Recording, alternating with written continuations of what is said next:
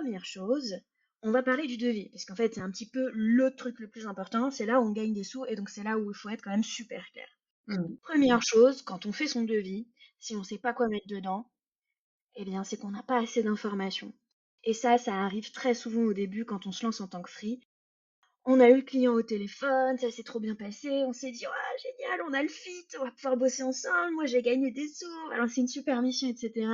T'ouvres ton fichier, alors en général, souvent les créas, ils font ça sur InDesign, bon, il y en a qui ont d'autres outils, c'est vrai que c'est un peu mieux d'utiliser un outil un peu automatisé, mais j'avoue, moi aussi, je les ai fait aussi sur InDesign. Mmh. Bref, t'ouvres InDesign, tu commences à noter nature de la mission, machin, et au moment où il faut lister ce que tu vas faire, tu te rends compte qu'en fait, je sais pas quoi mettre, pas trop quoi mettre, parce qu'en fait, on va faire des grandes choses ensemble, mais quoi exactement? Tu te rends compte que c'était pas détaillé, t'es pas sûr des livrables, etc. Bon, avant même de commencer à dire tout ce qu'il faut mettre dans un devis, tout ce qu'il faut enclencher, déjà, juste première chose, si jamais vous avez l'impression que c'est flou, rappelez le client, posez des questions, rassurez-vous, vous, hein, en premier, et rassurez le client aussi. Rappelez en disant, écoutez, je veux juste bien certaine qu'on est d'accord, que j'ai bien compris, etc. Je suis justement en train de faire le devis, cette proposition commerciale dont on a discuté. Est-ce que vous êtes d'accord sur le fait que ce qu'on va faire ensemble, c'est d'abord ça, ensuite ça, puis ça? Première chose. Mmh.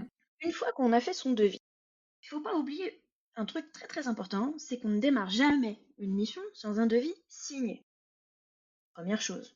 La juriste qui est en toi, je le vois, hoche de la tête. J'acquiesce, je suis tout à fait d'accord avec toi. Tu sais, il y a des personnes, quand elles ont obtenu leur mission, elles sont trop contentes. Il faut pas se laisser emporter par son enthousiasme et cadrer les choses. Alors aujourd'hui, moi, je suis trop contente. Je vois ton déroulé. Il va y avoir des questions de droit tout le long. C'est top. Écoutez bien tout ce que Manon va vous expliquer parce que c'est super important de bien démarrer une mission. Parce que si on ne fait pas ce travail préalable, par expérience, tu vas être d'accord avec moi, ça part en cacahuète. Non mais clairement, attends, à chaque fois, moi à chaque fois que je suis sortie de mes process, j'ai eu des problèmes. À chaque fois. Et à chaque fois, je me suis dit, franchement, cette fois, c'est exceptionnel, ça passe, mais c'est sûr, parce que là, c'est un pote, parce que là, franchement, j'ai vraiment confiance en la personne, parce que là, c'est un petit truc et tout, il n'y a pas de raison que ça se passe mal, parce que là, tout est tellement bordé partout que c'est vraiment pas grave. En fait, à chaque fois que j'ai bossé en n'ayant pas le devis signé, ah là là, je me suis fait voler de l'argent. Point. Franchement, je le dis, c'est ultra tabou, mais je pense qu'il faut le dire parce qu'on s'est tous fait voler de l'argent, clairement. Personne ne le dit, mais Ça arrive tout le temps. d'ailleurs, j'en profite pour dire, à la fin du devis, il faut une signature, mais il faut aussi parapher chaque page. C'est-à-dire que pour peu que vous ayez une première page avec présentation des livrables, le détail, le total, etc., vous avez en général une deuxième page qui est la page des CGV, des conditions générales de vente, hein. C'est la partie un petit peu plus légale et contractuelle du document qu'il faut surtout pas éluder, surtout quand on signe pas un contrat mais que un devis. Et donc, il faut bien faire attention à ce que le client ait paraphé les pages pour qu'il puisse pas non plus dire ah bah moi j'ai pas tout lu donc du coup il y a que ce que j'ai signé qui est vraiment valable, etc. Bon, c'est rarissime, mais encore une fois, on borde bien, on fait les choses correctement et en conformité, comme ça on est tranquille, on n'a pas à y repenser, on n'a pas à y revenir. C'est top. T'es vraiment une juriste qui s'ignore, toi. J'aurais tellement adoré faire ça. Quand j'ai découvert ça, je me suis dit mais c'est génial. À tous ceux qui sont suivis par Manon, vous avez une chance de dingue parce que vous avez un 3 en 1. Vous avez la freelance qui est en elle, vous avez la coach et en plus vous avez la juriste. Que demander de plus? Franchement, top. Bon, et d'ailleurs, à propos de devis, au-delà des signatures et des histoires de conformité, quand on est créa, comme Julie, il y a quand même un truc qui arrive très souvent sur les contrats et qui pose vraiment un problème, et notamment un problème de facturation, un problème relationnel aussi. C'est le nombre de modifications qui n'est pas limité. Et donc, un truc Ah oui. d'artiste qu'il faut noter, vraiment. Guys, notez-le, bordez le truc, parce qu'après, vous aurez moins de soucis. C'est dans la nature de la mission, vous allez noter création originale graphique pour telle marque, point, nombre d'allers-retours limité. Et ensuite, dans vos CGV, c'est-à-dire la page 2 du devis, vous allez bien rédiger ce qu'est une modification. On en reparle dans la grande thématique modification, je vous rassure, enfin CGV en tout cas. Je vous détaillerai un peu ce qu'il faut écrire. Mais mettez-le déjà dans le devis, dans la nature de la mission, c'est-à-dire le titre de la prestation. Et ça, c'est super important. Alors moi, je vais te faire part de mon expérience, mais dans l'autre sens. C'est-à-dire, quand j'ai cliente. Ouais. Quand on n'a pas une idée précise de ce qu'on va demander, du résultat final que l'on attend, on a tendance, en avançant sur le projet, à se dire ah tiens non finalement ça je le ferai un peu plus comme ça, un peu plus comme ça. Et à un moment donné, et c'est tout à fait normal, le prestataire va commencer à mettre un peu les freins en disant bon on fait pas 50 modifications, on va en faire je sais pas, t'as 15 jours pour me répondre et en tant que client quand on n'a pas été prévenu au préalable, c'est C'est horrible. et oui, ça donne une mauvaise image. Et c'est dommage parce que on a conscience qu'il a tout à fait raison de faire ça parce que sinon on peut faire un truc pendant 2 mois et je le fais bosser 50 000 fois, lui faire 50 000 modifications. C'est tout à fait juste de le faire. Mais quand on n'a pas été prévenu en tant que client, ça donne une mauvaise image. Donc super important effectivement de cadrer aussi cette partie-là. Complètement. Et d'ailleurs, on va juste terminer la partie de vie, mais on va revenir sur ce que c'est qu'une modification slash une validation.